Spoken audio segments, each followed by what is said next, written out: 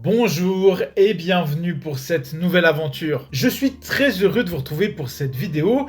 Alors pour ceux qui suivent ma chaîne, vous le savez, ça fait plusieurs semaines que je vous partage mon voyage de 6 mois au Japon. Je vous ai déjà présenté mes endroits préférés de Tokyo dans une série de 6 vidéos où le principe c'était de visiter à peu près chacun des grands quartiers de la ville en une journée de tourisme. Et la semaine passée, je vous ai aussi emmené le temps d'un week-end dans la ville de Nagano pour aller voir des macaques japonais qui se baignent dans des sources chaudes. J'ai même eu la chance de pouvoir me baigner avec eux, donc je vous conseille vraiment d'aller voir cette vidéo après avoir terminé celle-ci. Et aujourd'hui, dans cette vidéo, on va rester un peu dans la même idée et je vais vous emmener découvrir tous les endroits que j'ai aimé aller visiter à 1 ou 2 journées de la ville de Tokyo. Mon objectif, c'est de vous donner des idées qui pourront enrichir encore plus votre prochain voyage au Japon. Parce que c'est vrai que Tokyo, moi je conseille en général de le faire en 4 ou 5 jours, mais on peut y rester beaucoup plus longtemps si on commence à aller explorer ses alentours. Alors, pour faire les choses dans l'ordre,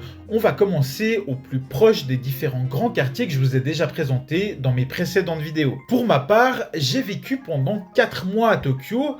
En fait, j'étais dans une école de langue pour apprendre le japonais et ça m'a permis de loger à différents endroits de la ville. Pour les touristes qui vont au Japon et qui ne restent que quelques jours dans la capitale, ça peut valoir le coup de prendre un hôtel à Shinjuku ou à Shibuya par exemple. Ça vous permettra de réduire le nombre de transports que vous devez faire et du coup de gagner du temps sur vos visites. Mais pour ceux qui ont un peu plus le temps, je vous conseille vraiment d'essayer de trouver un logement dans la banlieue de Tokyo. Déjà, c'est moins cher et personnellement, c'est là où j'ai préféré habiter. Alors, c'est vrai que du coup, forcément, il y aura moins d'attractions touristiques, mais j'ai vraiment eu l'impression que c'était dans ce genre d'endroit que j'arrivais le mieux à comprendre le quotidien des Japonais. Les habitations sont aussi plus petites et on ressent moins la pression que dans cette gigantesque mégalopole comme dans les grands quartiers. Moi, j'avais presque l'impression de retrouver carrément une ambiance de petit village où tout est très calme. Dans ce genre de quartier, l'animation se concentre en général autour des gares. C'est là que vous trouverez les bars, les restaurants et les centres commerciaux. Et en dehors de ça, là où les gens habitent, c'est beaucoup plus intimiste.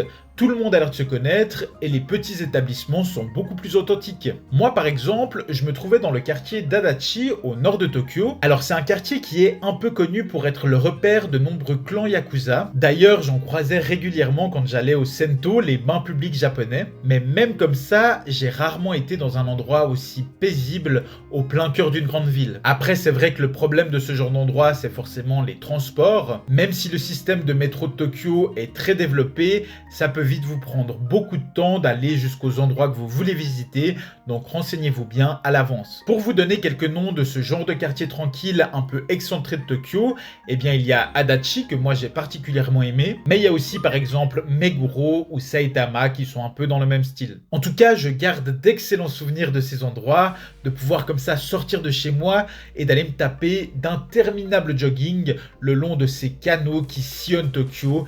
Et tout ça sans être importuné par les nuisances de la ville.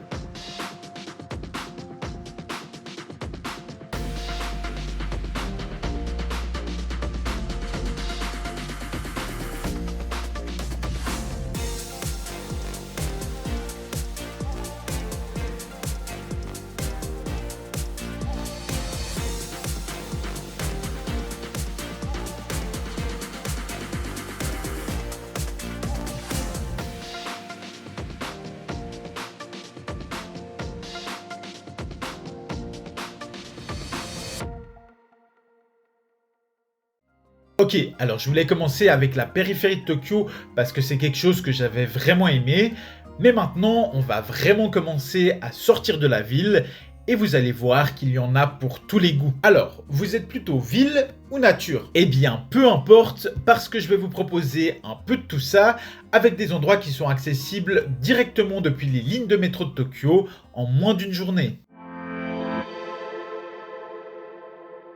Déjà, pour le côté ville, il y a Yokohama, la deuxième plus grande ville du Japon, accessible en 30 minutes de transport public depuis la gare de Tokyo. Yokohama, c'est une ville de briques et de béton, très industrielle, presque trop à mon goût. Mais je dois avouer qu'il y a quand même quelques endroits très stylés où les vieilles usines ont su être transformées de manière presque artistique pour leur donner un style un peu à de vieilles villes anglaises. Autour de la gare de Yokohama, vous trouverez beaucoup de restaurants très branchés et aussi des centres commerciaux, mais la partie la plus animée au niveau des attractions touristiques, c'est Minato Mirai, le quartier qui borde l'océan. Les bâtiments emblématiques de cette partie de la ville, ce sont de vieux entrepôts portuaires en briques rouges très remarquables qui ont été reconvertis en des lieux où la ville organise de nombreux événements. Moi, quand j'y suis passé, il y avait un festival qui y était organisé.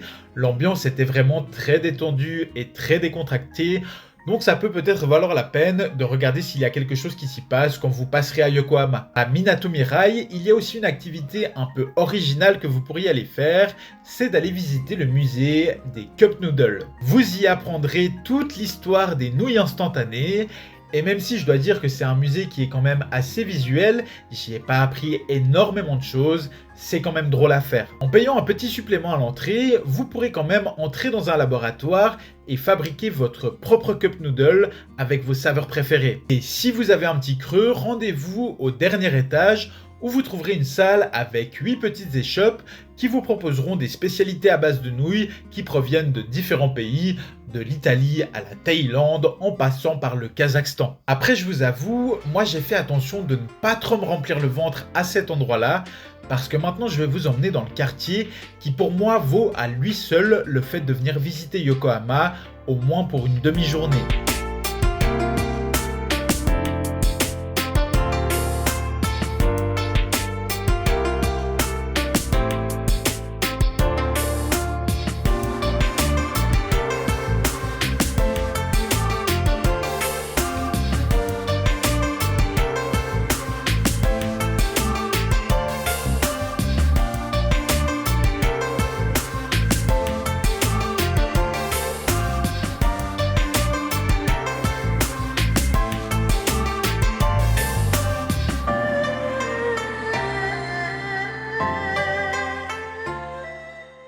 Bienvenue au Chinatown de Yokohama, le plus grand de tout le pays. Si vous pouvez venir dans ce quartier quand il y a des festivités, c'est encore mieux. Et surtout, c'est un excellent moyen de faire un voyage dans votre voyage sans sortir du Japon. Pour moi, c'était surtout une excellente excuse pour aller déguster tous les délices de la street food chinoise dans les petites échoppes du centre-ville une fois la nuit tombée.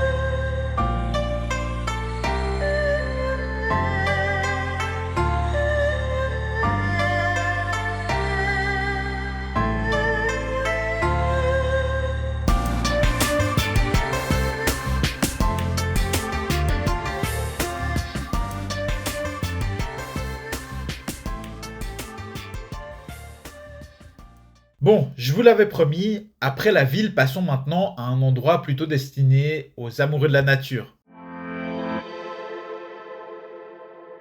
Alors forcément, il y a plusieurs endroits qui sont facilement accessibles depuis Tokyo.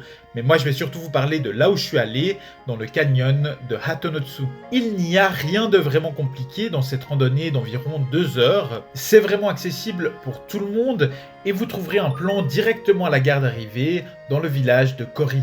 De toute façon, comme d'habitude, je vous mets toutes les informations utiles directement en description. Je conseille vraiment cette marche pour aller voir les cerisiers en fleurs au printemps ou alors pour aller observer les flamboyantes couleurs des feuilles d'automne.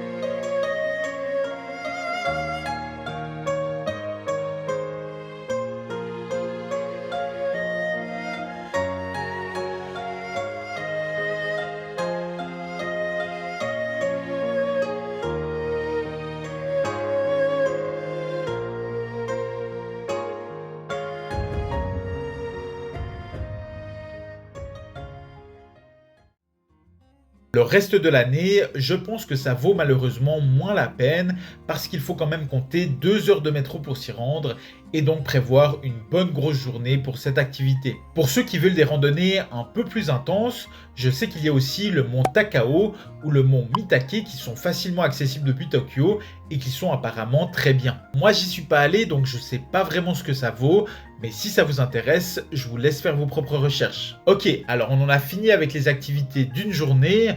Vous voyez qu'autour de Tokyo, il y a déjà pas mal de choses à faire, mais on va continuer sur cette belle lancée pour aller découvrir les activités en 2 journées. Alors, pour être honnête avec vous, la plupart des endroits que je vais vous présenter maintenant sont aussi accessibles en une grosse journée de tourisme depuis Tokyo, mais c'est vrai que la plupart des gens qui y vont aiment aussi s'y arrêter pour au moins une nuit parce qu'il y a énormément de choses à y faire. Juste avant ça, on était dans un petit coin de nature à Hatonotsu et je vous propose de rester en nature et de nous diriger vers notre première ville, Nikko. Imaginez, vous prenez le train pendant 2 heures depuis Tokyo et subitement vous vous retrouvez au plein milieu des montagnes japonaises, entouré de nature et de temples. Eh bien, c'est ce que vous propose la ville de Nikko. Directement à la sortie de la gare, vous trouverez des plans avec des cartes qui vous montreront toutes les marches qu'il y a à faire dans les alentours de la ville. Il y a de grandes chances que vous commenciez par passer devant le Shinkyo Bridge. Alors c'est un pont qui est très joli pour prendre une photo, mais après il faut payer pour aller marcher dessus et je ne suis pas sûr que ça vaille vraiment la peine. Ensuite, en commençant à gravir les collines alentours, vous apercevrez rapidement les premiers temples au milieu de la forêt. Et si vous poussez la marche un peu plus loin, vous trouverez très facilement de petits sentiers qui vous mèneront à de magnifiques cascades, particulièrement belles au printemps pour la période des cerisiers en fleurs ou durant la période des feuilles d'automne.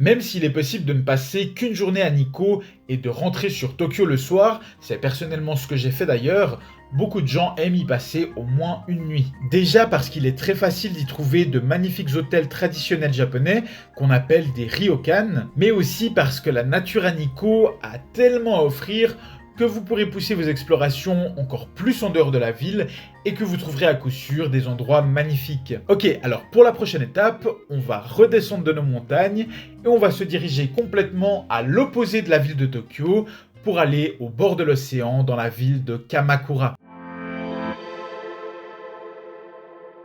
Kamakura, c'est une ville qui est vraiment très facilement accessible depuis Tokyo, à seulement 1 heure de train. Kamakura, c'est aussi très souvent une ville-étape après Tokyo, pour les touristes qui partent ensuite vers le Kansai, vers les villes de Osaka ou Kyoto par exemple. Les gens n'y dorment donc pas forcément plus d'une nuit. Après, ça peut valoir la peine d'y rester un peu plus longtemps pour ceux d'entre vous qui veulent pouvoir profiter de l'océan. C'est notamment un spot de surf très connu et un endroit où les vagues ont l'air très accessibles pour les débutants. Kamakura, c'est aussi une ville qui est très importante pour l'histoire du Japon, parce que ça a été la capitale du pays pendant le XIIe siècle. Vous y trouverez donc beaucoup de monuments historiques et aussi forcément des temples. Un des trucs vraiment sympas à faire à Kamakura, c'est d'aller louer des vélos directement à la gare et d'aller faire un tour dans le nord de la ville pour aller voir plusieurs de ses points d'intérêt. Après, bien sûr, il y a un monument qui est un peu plus connu que les autres à Kamakura, et il s'agit du grand Bouddha du temple Kotoku. C'est une véritable icône du Japon, et vous pourrez même rentrer à l'intérieur de cette immense statue de bronze de 14 mètres.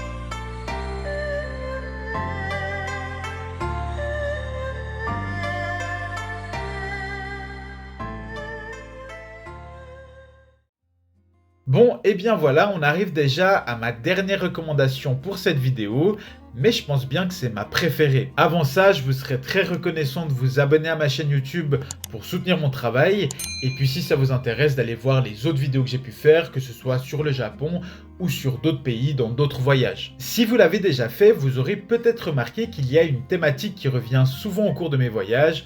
En fait, j'adore aller explorer les sources thermales de chaque pays. Et au Japon, on peut dire que je suis servi parce que c'est aussi un pays qui est très connu pour ses onsen, donc des sources chaudes où j'adorerais aller me relaxer. Et du coup, pour finir, je devais forcément vous emmener dans un village qui est entièrement dédié à cette culture. Et c'est donc la promesse de Kusatsu Onsen. Kusatsu est accessible environ en 3 heures de transport public depuis Tokyo et se trouve dans la région de Nagano. Cela devrait peut-être rappeler quelque chose à ceux d'entre vous qui ont déjà vu ma dernière vidéo où je vais prendre un bain avec des macaques japonais dans cette même région. Vu le temps de trajet, je vous conseille vraiment de dormir au moins une nuit sur place parce que bon, le but c'est quand même d'aller vous relaxer et de pas vous stresser avec 6 heures de trajet dans la même journée. À Kusatsu, on peut dire que tout tourne autour des onsen. Vous le comprendrez directement en arrivant au centre-ville avec cette énorme fontaine où les eaux qui s'y écoulent peuvent atteindre les 70 degrés. Alors forcément, vous ne pourrez pas vous baigner à cet endroit, c'est plutôt le symbole de la ville. Mais du coup, forcément, il y a plusieurs établissements d'onsen publics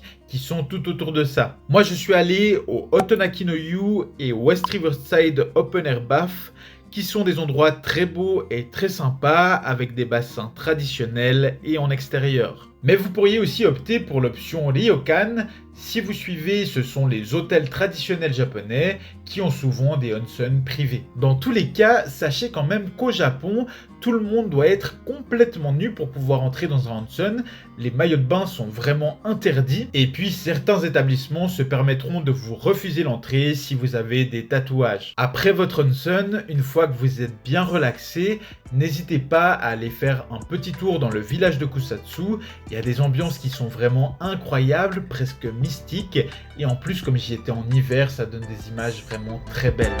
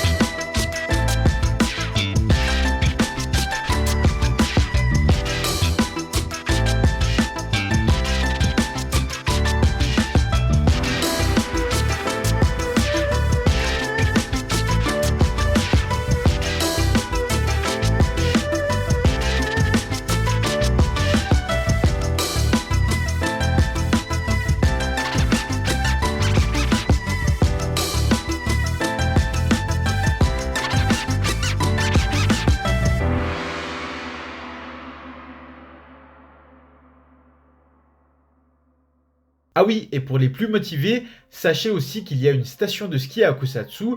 Ça peut donc être l'occasion d'y rester un peu plus longtemps et d'aller dévaler quelques pistes avant d'aller vous plonger dans les bains chauds. Bon, et bien voilà, avec tout ça, je pense que vous avez déjà une bonne variété d'activités à faire autour de Tokyo. Bien sûr, il y a énormément d'autres endroits que vous pourriez aller visiter, mais moi je voulais surtout vous partager ceux que j'ai pu voir de mes propres yeux. J'aurais aussi pu vous parler du mont Fuji, qui est une étape très importante pour beaucoup de voyageurs et qui au final est pas si loin que ça de Tokyo, mais je trouve que le sujet est assez large pour en faire une vidéo entièrement dédiée. Encore une fois, n'hésitez pas à vous abonner à ma chaîne YouTube si le sujet vous intéresse, parce qu'elle pourrait arriver très bientôt. En attendant, vous pourriez déjà aller voir mes précédentes vidéos sur le Japon. J'en ai déjà sorti 6 sur la ville de Tokyo, où je vous présente chacun des principaux quartiers de la ville en à peu près une journée de tourisme. Et puis la dernière dont je vous parlais un peu plus tôt, où je suis parti à la découverte des macaques japonais. Dans tous les cas, j'ai encore de très belles vidéos qui doivent arriver sur le Japon. Donc moi, je vais retourner me mettre sur leur montage. Et d'ici là, je vous dis à bientôt pour une prochaine aventure. Ciao!